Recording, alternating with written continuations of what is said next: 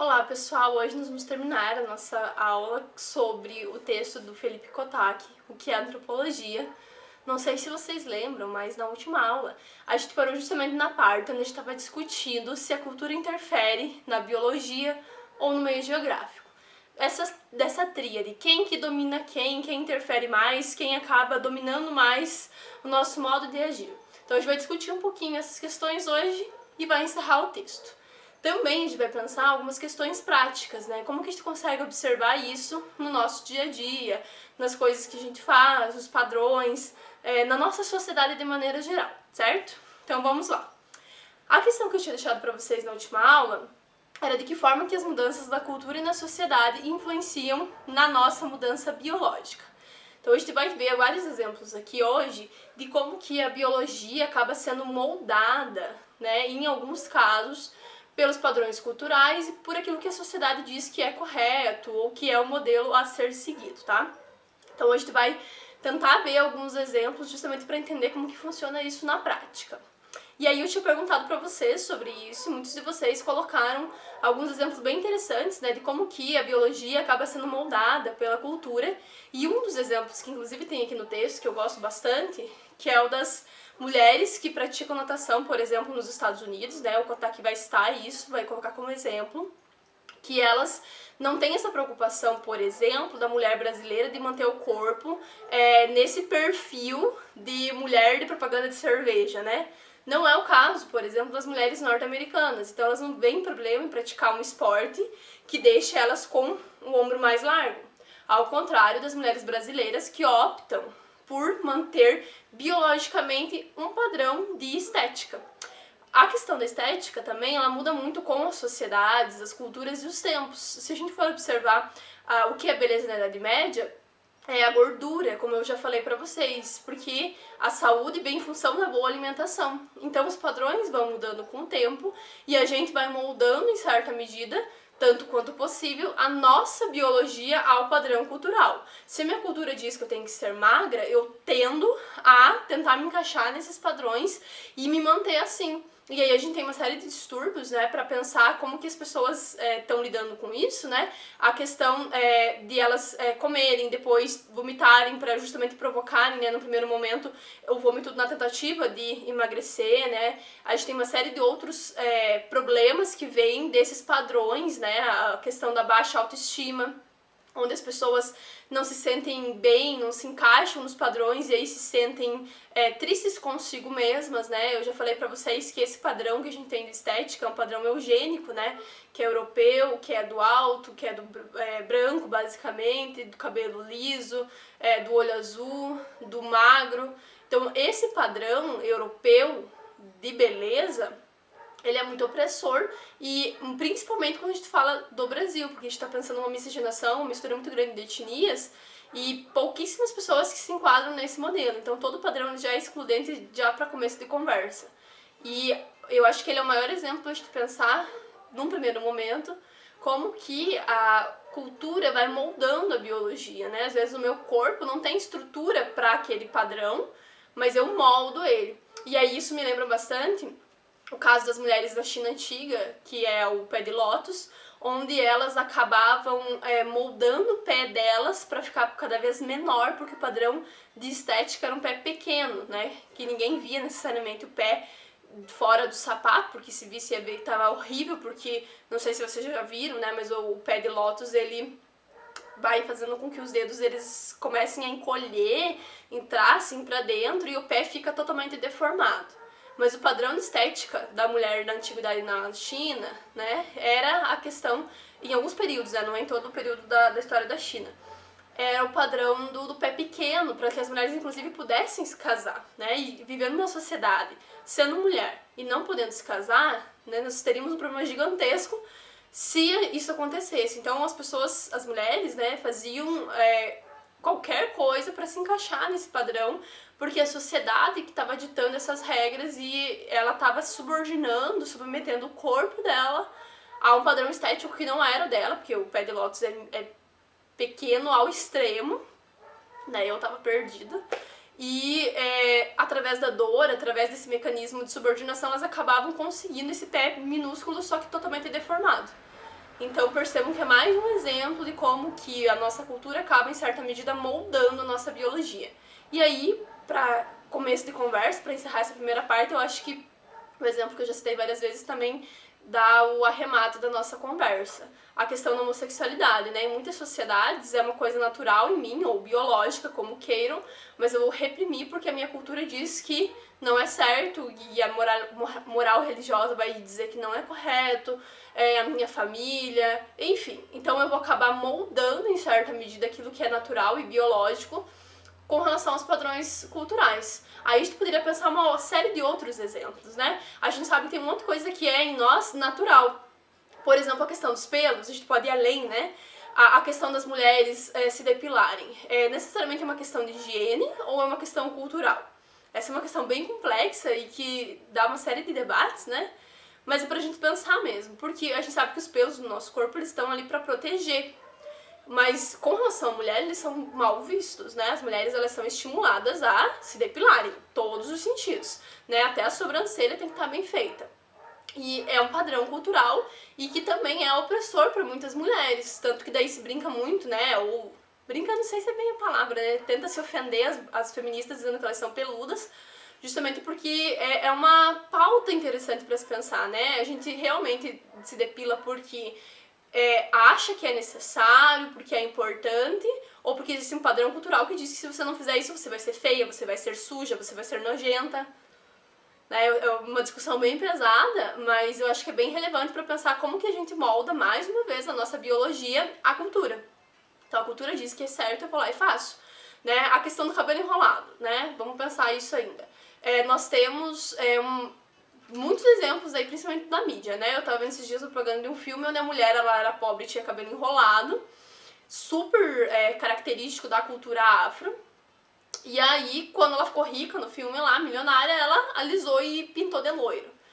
Então, a gente percebe muito esse condicionamento do teu cabelo, do teu corpo, aquilo que é o padrão ou a moda, vamos dizer assim, né?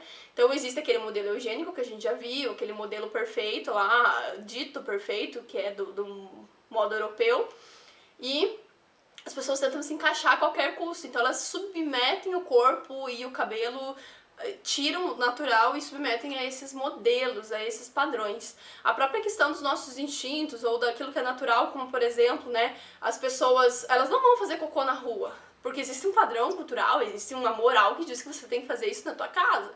Né? Tem certas coisas que você faz no íntimo do teu lar, no quarto, sei lá, enfim, né? Entenda, por favor.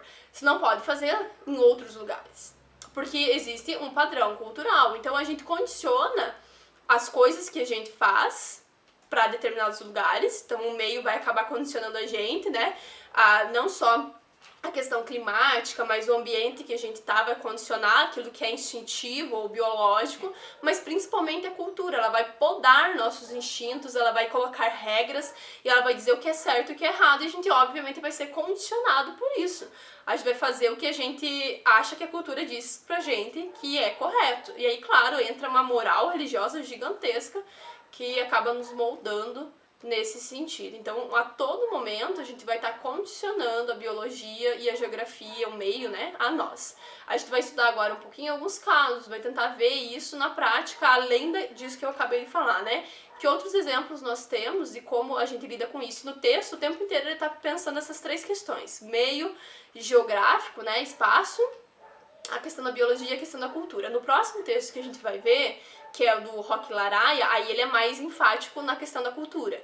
O Kotaki, ele gosta bastante de pensar a influência dos três na nossa formação, mas o Laraia, ele é mais enfático em dizer que a cultura que nos molda sempre, e ele sempre vai dar exemplos pra gente pensar como que a cultura tá sempre dominando os outros dois aspectos que a gente acabou de ver. E aí a gente vai pensar novamente como que a cultura vai estar condicionando aquilo que a gente acha que é natural. A gente já falou várias vezes sobre isso, a gente tem a sensação de que certas coisas são extremamente naturais, né? E não necessariamente quando a gente para pra pensar. Então sim, tem algumas coisas que são biológicas, são instintivas e são naturais. Por exemplo, a questão da sexualidade, a gente sabe que desde a pré-história a gente já tá relatado lá, registrado pra gente. Mas como se faz é uma questão cultural. Tem muita gente que acha que o sexo é desprovido de qualquer tipo de relação de poder, é a coisa mais biológica e mais natural possível. No nosso caso não é, como seres humanos, nós estamos totalmente condicionados à cultura, inclusive na hora do sexo. Por quê? Existe um passivo, existe um ativo, existe hierarquia, relação de poder, quem decide o quê, tem violência em alguns casos, né? A gente tem uma série de questões que são sociais, que são culturais, que estão presentes no sexo. Então existe uma questão que é instintiva, que talvez seja natural para a maioria, porque para alguns também não é natural, né? Tem pessoas que não têm vontade de fazer sexo. Então é uma questão para se pensar também. Mas para a maior parte das pessoas essa é dita uma questão cultural, natural. Então isso faz com que a gente pense como que a cultura acaba moldando isso que é natural. Porque ela vai dizer os papéis que vão ser apresentados para cada um, quem vai fazer o quê e como. Com quem, inclusive, né? Se a cultura diz que a homossexualidade, por exemplo, é ruim, a gente vai moldar isso em certa medida, a maior parte das pessoas, a cultura. Então a cultura também vai estar condicionando aquilo que é natural. Aí nós temos a questão, por exemplo, da alimentação, é natural, preciso comer, ok. Mas o que você vai comer, o que você vai apreciar, o que a cultura vai dizer que é bom, né? Se você tá numa cultura onde as pessoas não pensam saúde, elas vão comer de maneira desordenada, sem se preocupar com nada. Tem uma série de questões que vão interferir nisso, por exemplo, se você for judeu, você vai ter uma alimentação mais ponderada, né? Tem certas coisas que eles não comem, eles têm uma visão de higiene, de saúde muito forte, desde a antiguidade, né? Então a cultura vai moldar até o que você vai comer, como você vai comer, se vai ser quente, se vai ser frio, se vai estar assado, se vai estar salgado, se não vai estar. Tudo isso diz respeito à cultura, né? E os nossos gostos também, a gente vai sendo influenciado desde criança a gostar ou não. A minha mãe nunca teve o costume de comer fruta todo dia, né? Então eu acabei não criando esse hábito, que é um hábito que eu tenho hoje. Então é uma questão que vem da família também, com certeza, da nossa educação, das tradições. Eu sou ucraniana lá, então a gente... Ucraniana é ótimo, né? Descendente de ucraniano, então... vivi na minha casa fazendo pirogue. Enfim, é uma questão cultural que é incutida em nós e vai fazendo a gente achar que gosta das coisas naturalmente, quando na maior parte do tempo é só uma questão cultural mesmo. Aí, claro, tem a questão do gosto, do que eu sinto. Mas, de maneira geral, a gente é condicionado a gostar ou não das coisas pela cultura. Inclusive, até porque, se você não conhece, é difícil você gostar, né? Se não faz parte da tua cultura, como que você vai conhecer pra apreciar, né? A questão da roupa, né? Eu sinto frio, preciso me vestir, ok. Primeiro que tem lugares que nem frio tem, então você não precisa nem se vestir, né? Mas a cultura diz que é imoral. Já é uma questão de condicionamento. Mas aí temos a questão da estética, né? O que eu vou vestir? Se eu vou usar uma roupa de pele, uma roupa de lã, sei lá o quê. Enfim, tudo isso é condicionado pela moda, pela estética, pelos padrões. Então a cultura ela vai estar condicionando a todo tempo aquilo que é natural em nós, os nossos instintos, as nossas vontades, né? Eu naturalmente tenho vontade de fazer coisas em público, mas eu não posso, porque a cultura me condiciona e diz que eu não posso. Então, agora só pra gente encerrar, a gente vai ver algumas partes aqui do texto para poder entender o que o autor então vai postular para encerrar a discussão. Ele vai dizer que o ser humano não foi determinado pelo clima ou por herança genética. As populações se adaptam aos diferentes meios para sobreviver, mas não é o meio ambiente que determina o nosso comportamento. Nós temos sim herança genética, mas nós não somos escravos dela. Então tudo se articula, tudo se comunica, né? Os três aspectos que a gente está estudando, mas a cultura ela vai acabar sendo predominante. Aí como que isso aconteceu no processo da evolução, né? Então tem algumas linhas dentro da evolução que defendem que, por exemplo, foram as regras e os símbolos que teriam feito o ser humano começar a usar a inteligência. Então a partir do momento que se criaram regras e simbolismos, eles começam a usar uma parte do cérebro que estimula, né, o desenvolvimento dessa inteligência, o que faz com que também eles cheguem a ficar com a postura ereta e criem a habilidade de fabricar instrumentos. Isso, gente, é muito interessante, porque uma vez que o ser humano está ereto, a posição aqui da laringe vai fazer com que ele consiga começar a falar e, inclusive, utilizar as mãos para fabricar instrumentos. Ao fabricar os chamados instrumentos de pedra lascada, nosso ancestral permitiu operações mais complexas e passou a utilizar uma área do cérebro que é a mesma que permite falar. Então, uma coisa foi levando a outra, à medida que ele foi desenvolvendo essa capacidade de criar simbolismos e desenvolver a cultura, é que ele foi desenvolvendo a biologia, que é a grande questão aqui que ele estava perguntando lá no início, né? De que forma que as mudanças na cultura e na sociedade influenciaram na mudança e no desenvolvimento da biologia. Assim, então à medida que a cultura foi se desenvolvendo, o ser humano foi desenvolvendo cada vez mais capacidades dentro da biologia, né? As mãos passam a ser usadas para pegar e não mais para andar ou se apoiar, né? Por exemplo, como que a gente pensa essa questão da determinação da cultura, né? A gente tem uma necessidade, precisa criar, por exemplo, um sapato para poder andar. Só que o sapato, ele também... porque a gente poderia pensar que isso quer dizer que a geografia condicionou o ser humano, né? Então a geografia obrigou o meio, né? Obrigou o ser humano a criar o sapato. Mas o sapato, como ele foi criado, ele não é apenas uma questão de adaptação ao meio.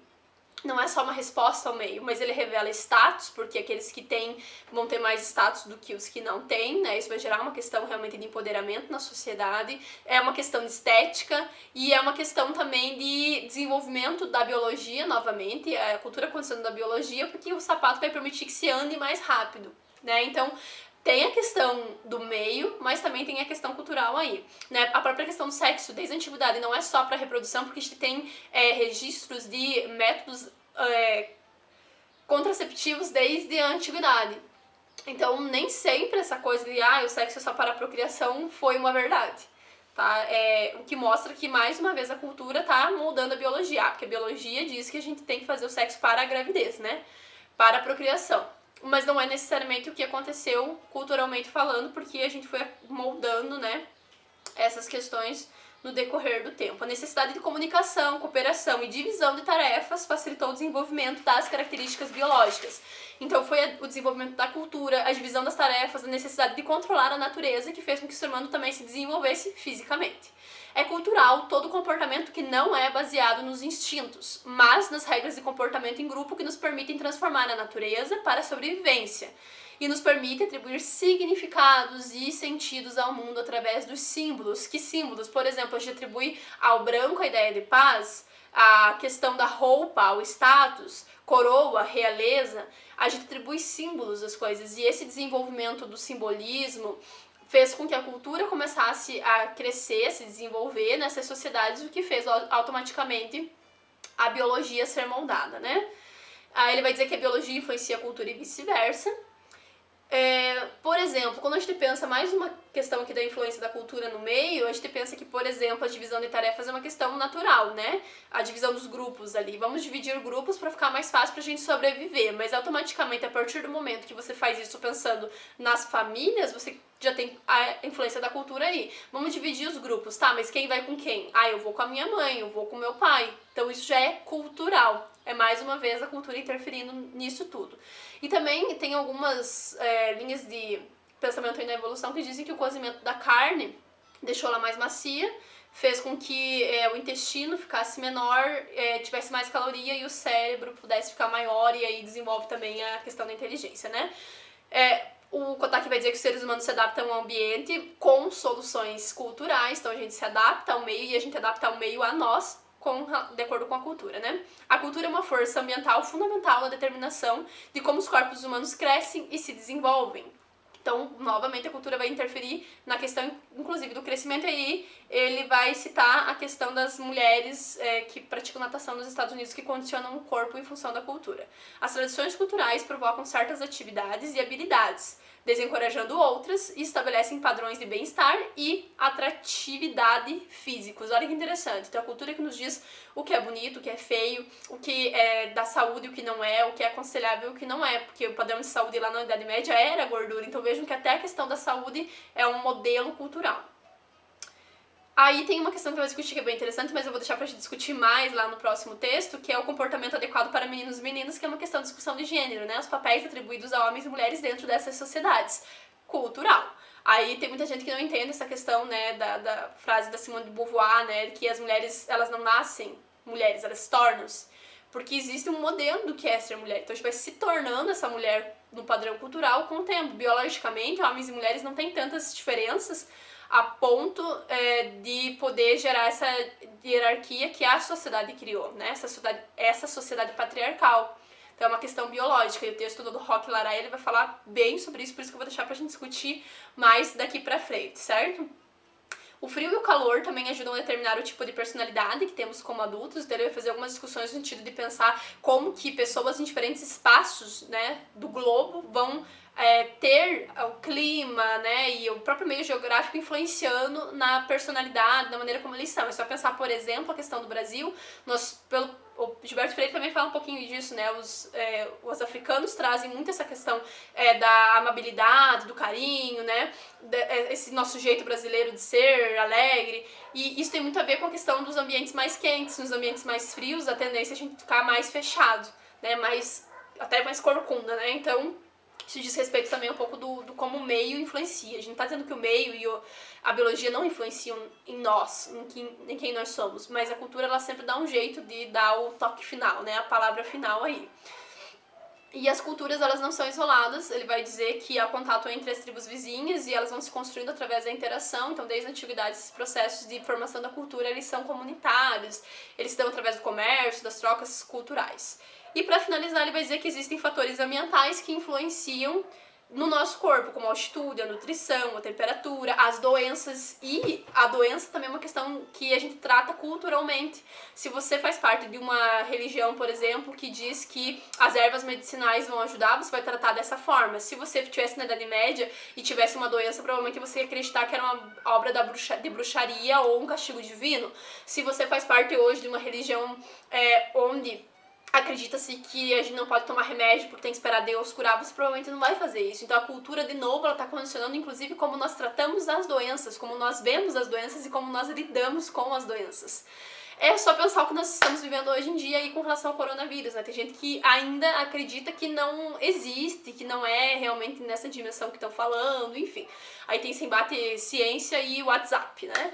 E a crença popular, o senso comum. Então a gente vê que a cultura, através de todos esses exemplos que eu passei pra vocês e dos próximos que a gente vai ver, porque o texto do Roque Laray é muito cheio de exemplos, a gente vai ver como que existe essa disputa de espaço entre esses três itens que a gente viu, entre essas três instâncias, né, o meio, a biologia e a cultura, mas a gente vai entender que, de maneira geral, acho que isso já ficou bem evidente através do que vocês colocaram nos comentários, através do que a gente discutiu até aqui. A cultura, ela sempre vai dar um jeito de controlar esses outros dois aspectos, ainda que eles sim tenham grande influência na nossa formação, em quem nós somos, como pensamos e agimos. Mas eu acho que a conclusão mais interessante de tudo isso é a gente ter a plena convicção de que sim, somos construídos por esses três aspectos, mas principalmente pela cultura, e quase tudo que a gente acha que é natural em nós é construído. Se nós não tivéssemos nascido no Brasil, provavelmente a nossa cultura, a nossa visão religiosa, a nossa perspectiva sobre muitas coisas seria outra.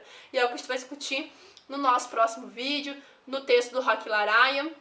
Leiam, por favor, né? Cultura, um conceito antropológico. É muito interessante a leitura e a gente vai discutir na próxima aula. Beijo, até mais, se cuidem. Qualquer dúvida, qualquer coisa que vocês queiram falar, gente, me mandem mensagem, a gente vai conversando, certo? Beijo, até mais.